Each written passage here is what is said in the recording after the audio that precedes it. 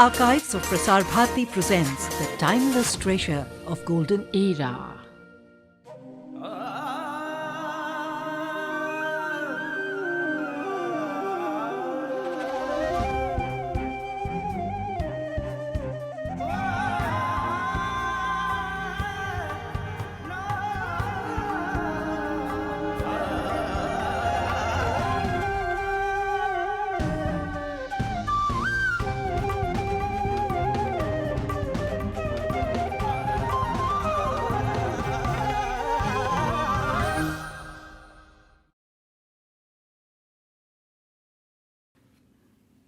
Over the past 31 years, I've had the joy of traveling repeatedly to many corners of this vast subcontinent that is India.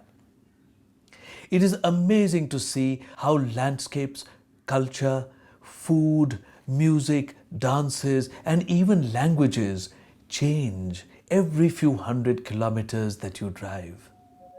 You see the highest mountains of the world, great seas, bountiful rivers, and best of all, a people whose thoughts and heritage go back a few thousand years. Join us on an enthralling journey. I am traveling again across the whole of India to bring you spectacular India.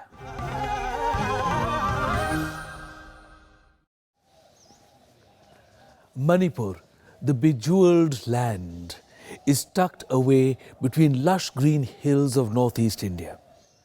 Indeed, it has preserved many jewels of the ancient culture of India. The people of Manipur had a unique tradition of worship through the ecstasy of dance. They believed that they were the descendants of Gandharvas, celestial musicians, and they sought communion with the divine through music and dance. The ancient faith of the people of Manipur blended elements of ancestor worship, Shaivism, and Tantric cults. They celebrate the Lai Haroba, literally meaning the merriment of the deities. The festival begins with the summoning of the spirit of the deity from the water. It is a unique and joyous form of worship where the entire community comes together to express their devotion through dance.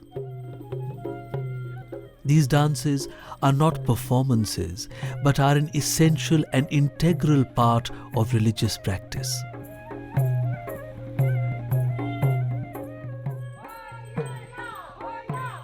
As in other places where pujas are performed, the people of Manipur express their faith through music and dance.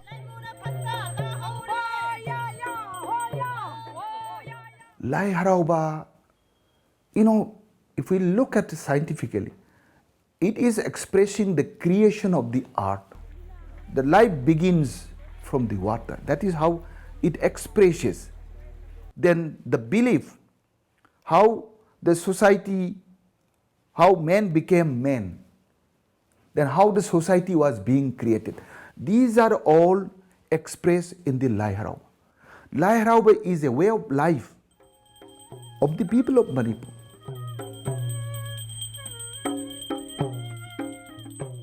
When we speak about the dances, we cannot separate dance from our lives, our worship. In fact, according to Manipuri legends, even the whole universe was created to dance and music. This is a very interesting thing portrayed in the ancient, very ancient theatre form called the Lai Harauba, which may perhaps be one of the oldest living religious theatre traditions in the world. In fact, Manipuris always worship their gods and goddesses through dance and music. Lai Harauba shows the story of creation, of the world, of the human beings, and various stages of human civilization.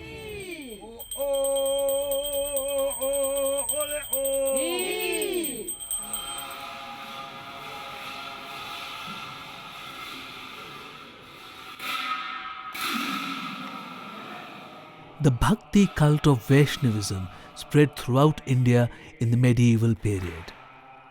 This believes in a very direct and personal love of the Lord. The soul of man is seen pining in separation from Him. The effort is always to lose oneself in adoration of the Lord, to become one with Him. Throughout the whole of India, this led to the blossoming of a new religious culture in which poet-saints played a leading role. The 15th century saw the emergence of great saints, including Ramananda, Kabir, Vallabhacharya, Namdev and Chaitanya.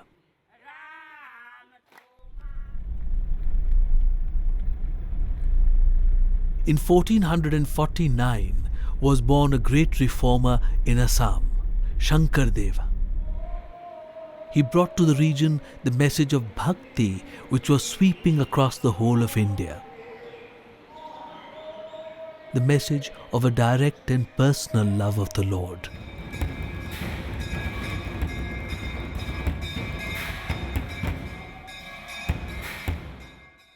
The philosophy of Vaishnavism was accepted by the people all over the plains of northeastern India from the 15th century onwards. The oldest Vishnu temple in Manipur is at Bishnupur, about 35 kilometers southwest of the capital city of Imphal. It was made in 1467 in the reign of King Kiyamba. By the 17th century, the people of Manipur had embraced the philosophy of Vaishnavism. They merged it with their ancient practices and exquisite religious dances. So some people, those who know the culture of Manipur and those who studied something of Manipur, they have said each Manipuri is an artist. Even a child, just after born, when the child is little bit conscious, when he or she can just listen or look at the mother. So mother is to start saying, thudding. So just folding the hands in the artistic movement. So the child starts, it's like the Brazil, even a child, he goes with a football. So it's like that in Manipur, a child starts with thudding. Manipur, though it is a small state of the country, it has got enormous amount of cultural heritages. The traditional courtyard theatre of Manipur is the most popular form of art today.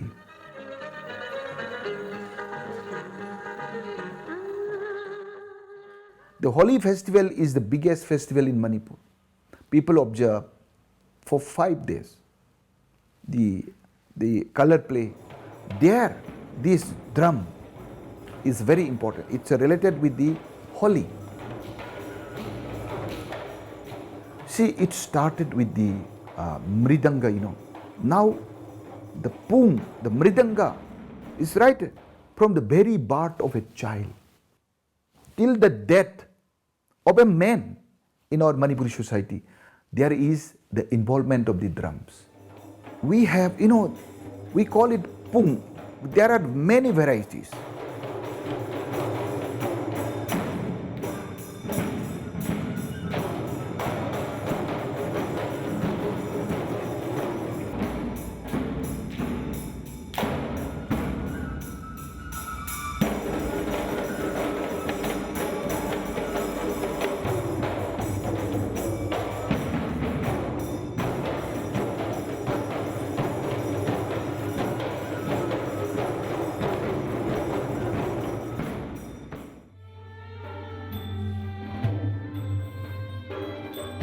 In Indian philosophy, it has always been believed that the aesthetic experience, when one is transported and loses oneself in the beauty of nature or of art, is an experience akin to Brahmanand itself.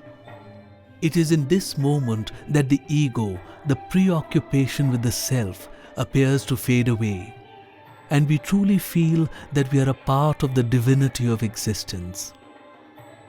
It is in this manner that the Manipuri worshipper wishes to lose himself entirely through a complete absorption in his dance. Vaishnavism and the Bhakti cult found here a fertile ground for the blossoming of one of the most beautiful religious traditions.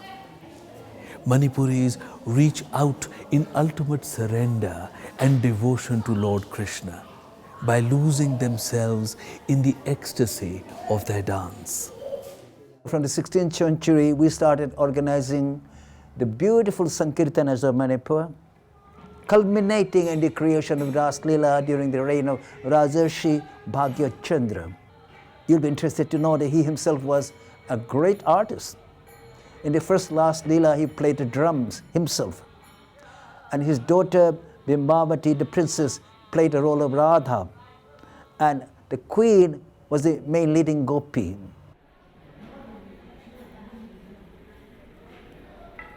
To the Vaishnavas of Manipur, the Sankirtan, including the Rasa Leela, is their worship and puja.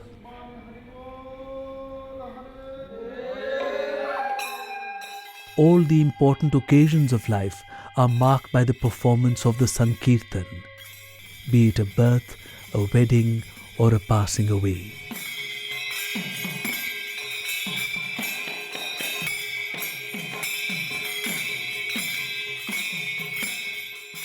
They lose their material concerns and are fully absorbed in the adoration of the deity.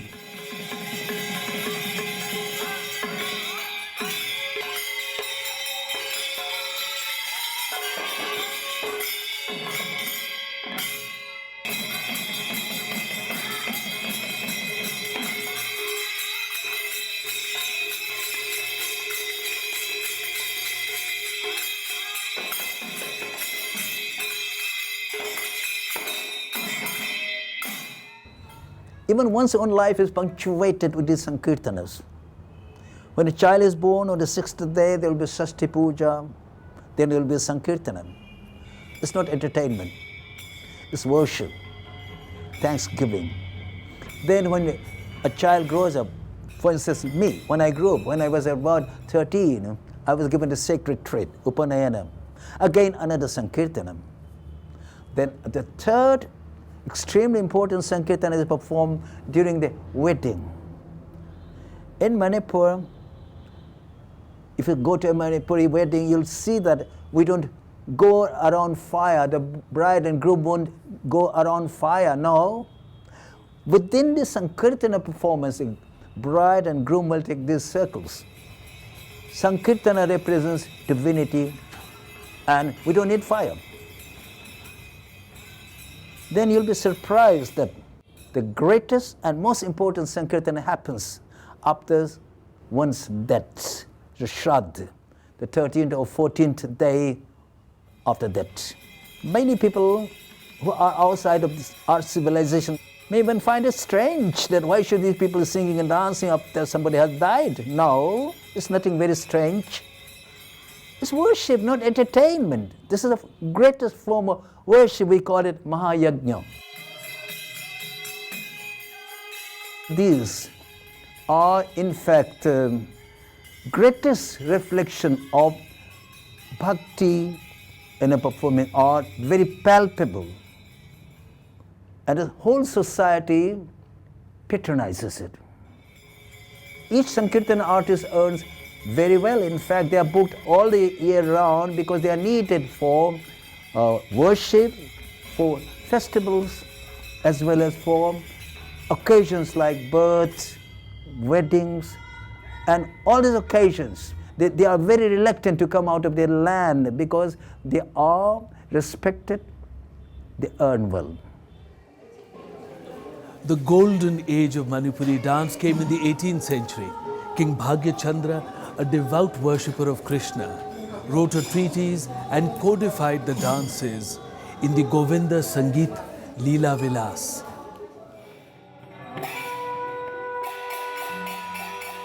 Bhagya Chandra is believed to have seen Lord Krishna and his beloved Radha dancing together in a dream.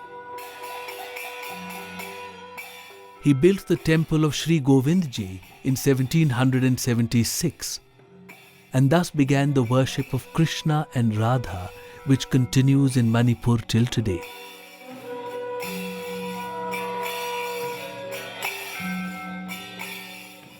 When it came to Ras Leela, it's one of the most picturesque, socially supported religious theatre performed only in the temples or especially erected mandapa. People don't come just to witness it. People come to worship it. It's a kind of puja for them, for darshan. In this kind of an ambience, the audiences and the performers exchange a kind of communication only experienced in the actual mandapa or the temple ambience, which you cannot find in theatres.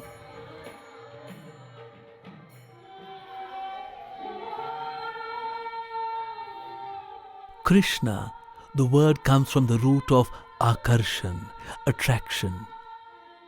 He is the personification of our attraction to the divine.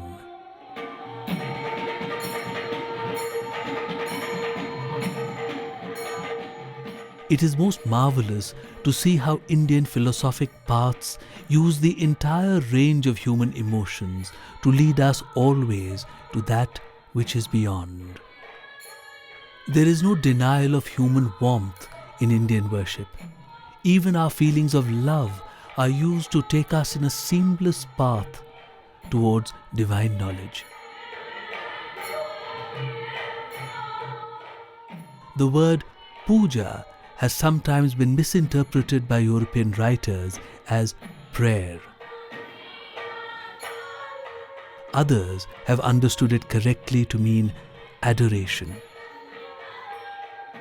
Indic deities are adored with incense, water, milk, flowers, and through music and dance.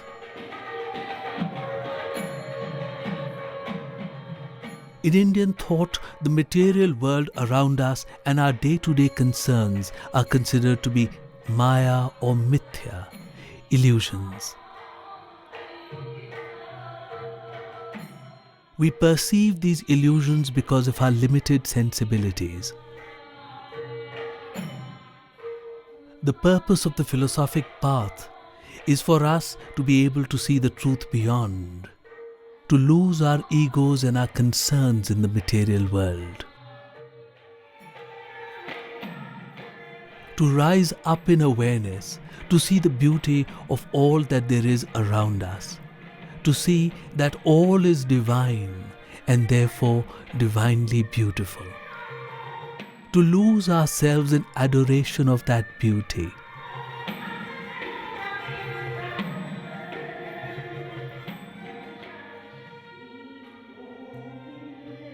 One of the greatest embodiments of this exquisite philosophical quest is the Rasa Leela of Manipur.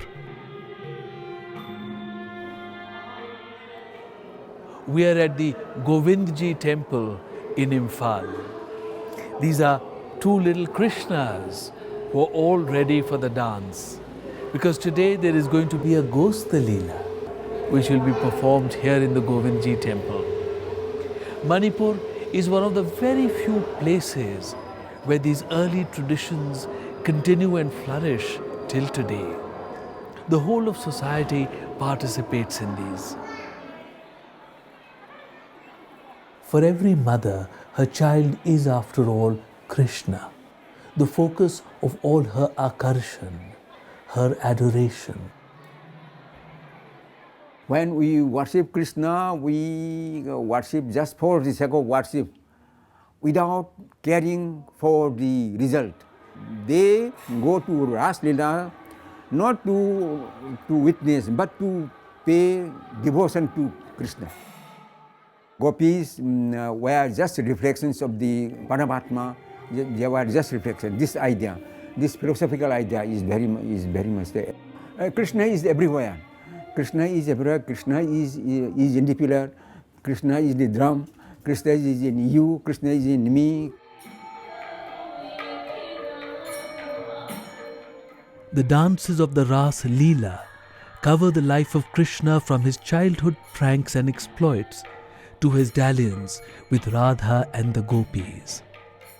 Each dancer represents humanity's pangs of separation from the Lord and the yearning to be united with him. All humans are like the gopis, ever seeking and desiring the Lord. The playful Lord is omnipresent and dances with all the gopis simultaneously.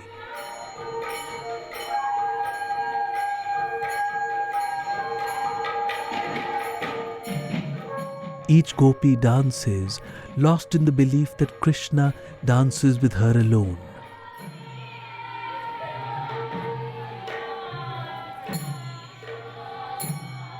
Finally, the Bhakt and the Lord are united in the dance of Krishna and Radha.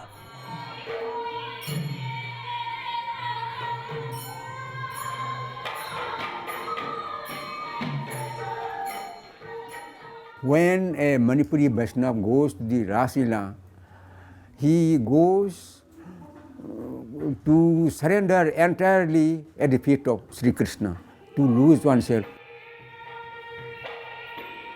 When a Manipuri dies, the general idea is that he goes to Vrindavan. He does not go to Vaikuntha. He goes to Vrindavan. That is the idea.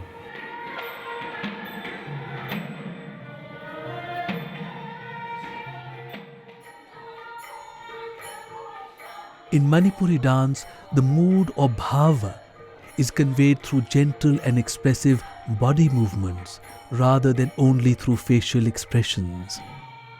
The dance is a continuous flow of rounded and gentle movements which blend into one another.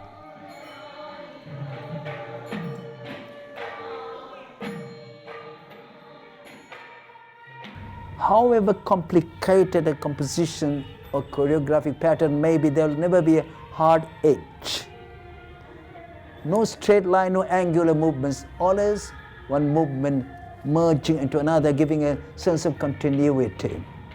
In Ras Leela, in this way, both dancing and singing reflect the whole range of Vaishnava bhakti. Don't be surprised if the audience shed tears of appreciation. At times they come and go prostrate in front of the Rasdhari or the Ras teacher, and both of them sharing a moment of ecstasy in tears. You don't find them clapping, shouting bravo and this kind of a thing. They don't do that.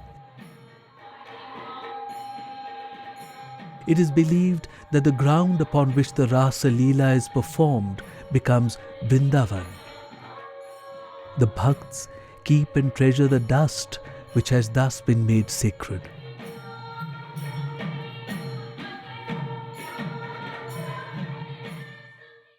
The statement of Krishna, Naham vasami vaikunthe, na yogi hridayecha, mad bhakta yatra gayanti, tatra tishtami narada. This is what Krishna said. I don't stay in Vaikuntha. I don't stay in the hearts of the yogis either. Wherever my bhaktas are singing, I'm there, Narada.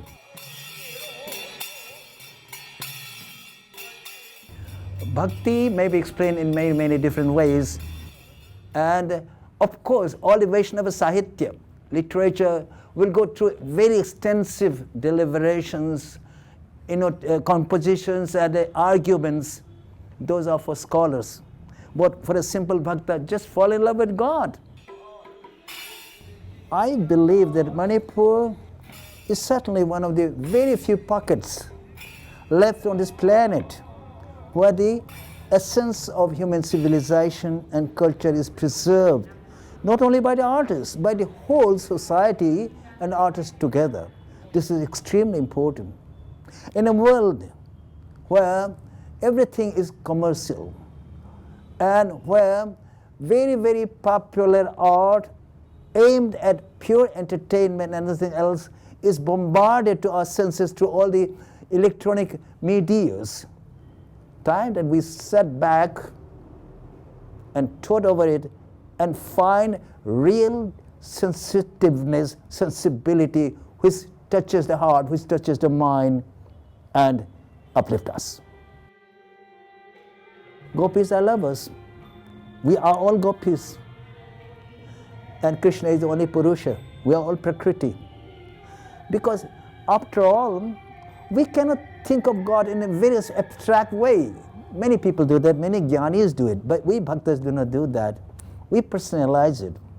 Because we are human beings, we can only think of human terms. So, as humans, if I have to love somebody. So my choice was love God. Why not love Him? Fall in love with Him.